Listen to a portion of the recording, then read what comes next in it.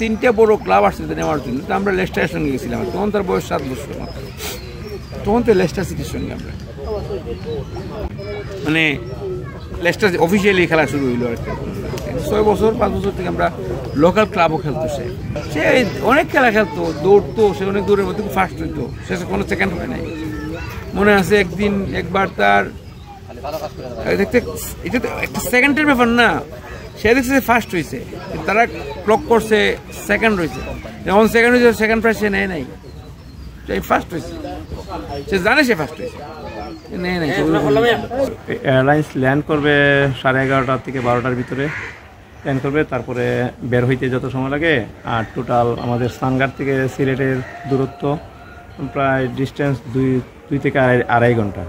অর্থাৎ আমাদের বাড়িতে ইনশাল্লাহ হামজা পৌঁছে দেবে, পৌঁছতে সময় লাগবে 3টা থেকে 2:30 থেকে 3:30 ঘন্টা, আধা ঘন্টা সময় রেস্ট নেবে।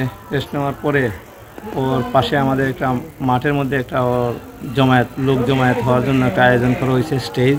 ওইখানে ও একটু মানুষের সাথে খোলামেলা সাক্ষাৎ করবে, মানুষকে এলাকাবাসীর সাথে মিলেমিশে একটু সময় কাটাবে, 40 মিনিট থেকে 1 ঘন্টা সময়। All time Roma, taste it, love it. এখন আজকে ও লাস্ট দেশে আসা হয়েছিল 2014 দিকে, 14 সনে আসছিল, এরপরে আর আসা হয় না। প্রায় 9-10 বছরের একটা গ্যাপ দেশে না আসার হামজার।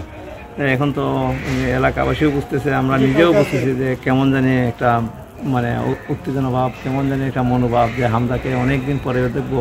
শুধু হামজাকে দেখবো না, নাতনি 3জন ওদেরকেও দেখবো, আমার ভাতিজা বউকেও দেখবো, এই আর কি, সব মিলে মানে অনেক আনন্দ লাগতেছে।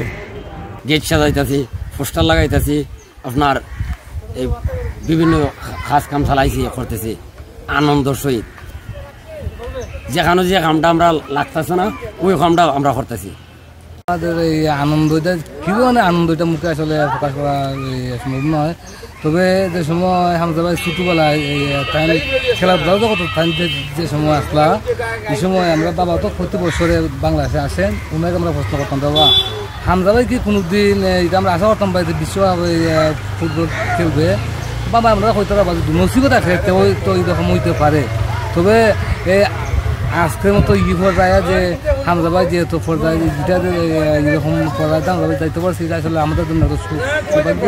আর এটা আমাদের জন্য এটা অনেক একটা কি আমরা মনে একটা কল্পনা, আল্লাহ যদি ওনাকে এমন একটা কিছু করতে পারে, বিশ্বকাপ উনি যোগদান করতে পারে, আমাদের বহুদিন আশা কি কথা।